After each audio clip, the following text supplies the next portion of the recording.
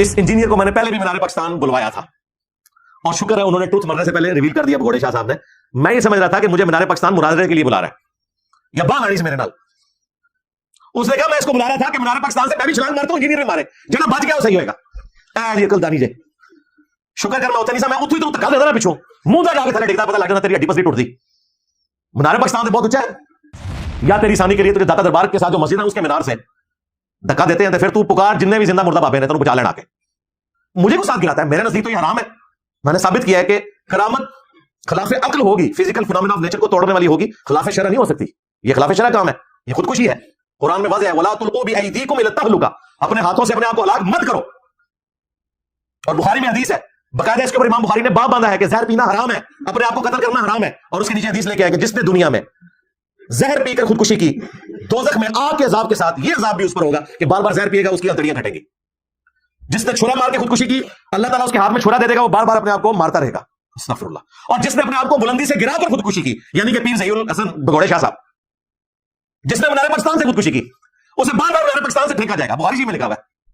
मीनार पाकिस्तान का तो आप ऐड कर लेना बुलंदी से गिरा के। इसमें इमाम बुखारी ने बाब बांधा है कि जहर खाना हराम है। और ये आपको कहते हैं खालिद बिन वलीद ने बिस्मिल्लाह पढ़ के जहर पी लिया था, झूठी रवायत जालिमो। लेकिन मैं आज इसका ये चैलेंज एक्सेप्ट करता हूं। ये अकेला छलांग मारे, मीनार पाकिस्तान तो बहुत ऊंचा है, दाता दरबार के साथ वाली मस्जिद से, और दाता साहब को मदद के लिए पुकार ले, गौसे पाक को पुकार ले, सरकार बरी को पुकार ले, जिन्हों पुकार सकते हैं तू पुकार ले।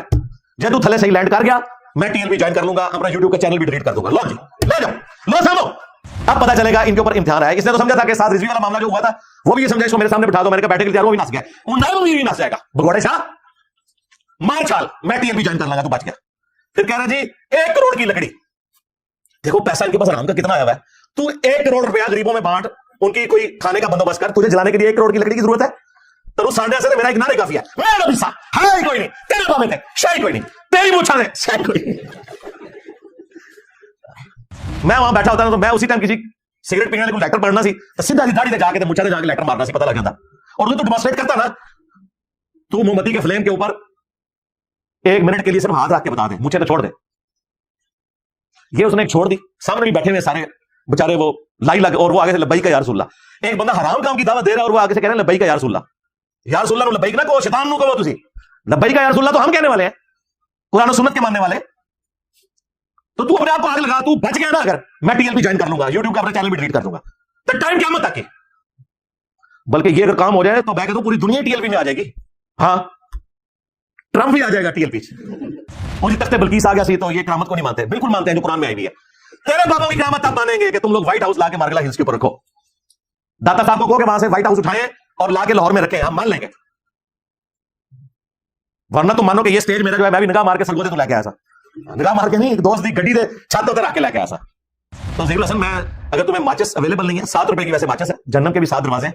सो तुम हिजर में आया, तूने अपने बुजुर्गों के पास पहुंचना है, तो मैं 7 रुपए वाली माचिस टीसीएस करवा देता हूं और 1 तीली उसमें से लगनी है, तो अपने कपड़ों को डायरेक्ट लगा। 1 करोड़ रुपए की लकड़ी की जरूरत ही नहीं भाई, ये दूध का दूध पानी का पानी। और मेरी तो ख्वाहिश ये है कि मुझे तो पैसे देने पड़े, अगर बंदे ज्यादा हो ना मैं लकड़ा ज्यादा बंदोबस्त अपने पैसों से कर देता हूं। एक और छाल मारो, जान चढ़ो साड़ी, इस मुल्क में तुझे जन्म बना देता है। बजाय 10 मिनट में वो किसी मेरी एक बात का जवाब देता, बस ये इस किस्म की बातें करता रहे। एंड पे जाके उसने अच्छा उसने कहा कि मैं हूं बाबा, उन्हें अपना बाबा भी कहा वीडियो कहते बाबे ने बुरा कहते मैं बाबा हूं और मैं आग में छलांग मारूंगा। इस तरीके से मारना, पता चल जाएगा।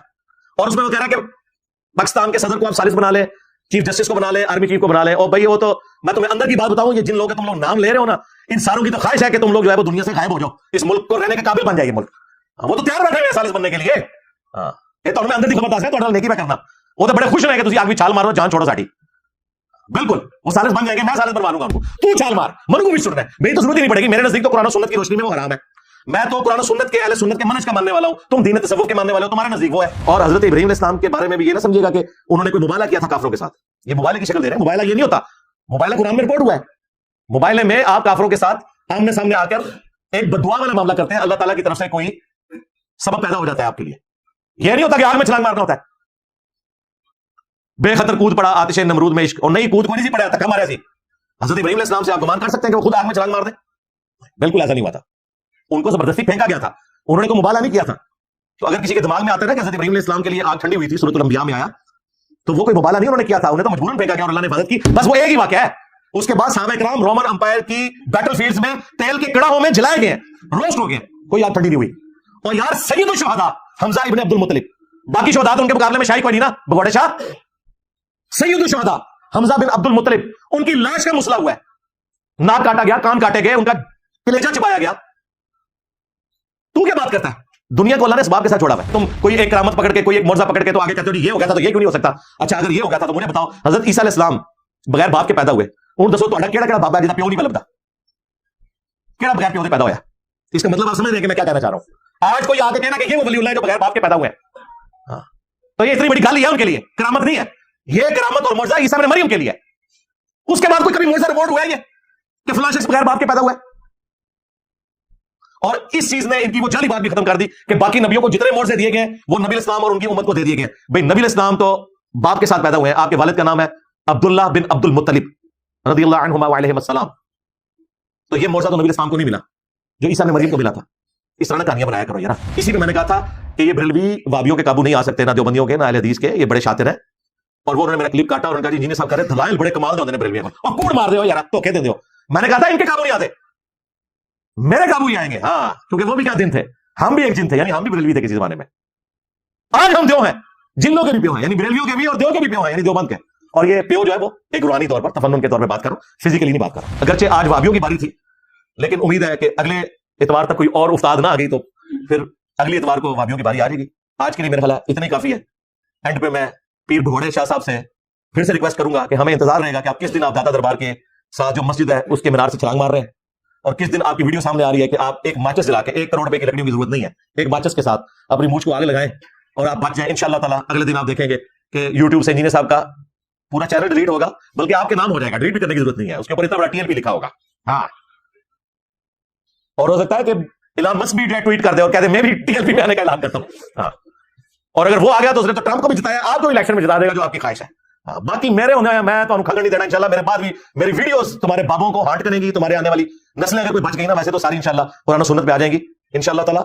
हमारा ये नारा क़यामत तक के लिए तुम्हारे फिरकों दीन तसव्वुफ के ताबूत में आखिरी की होगा इंशाल्लाह। मैं अभी सा है ही कोई नहीं, तेरे बाबे थे शाही कोई नहीं।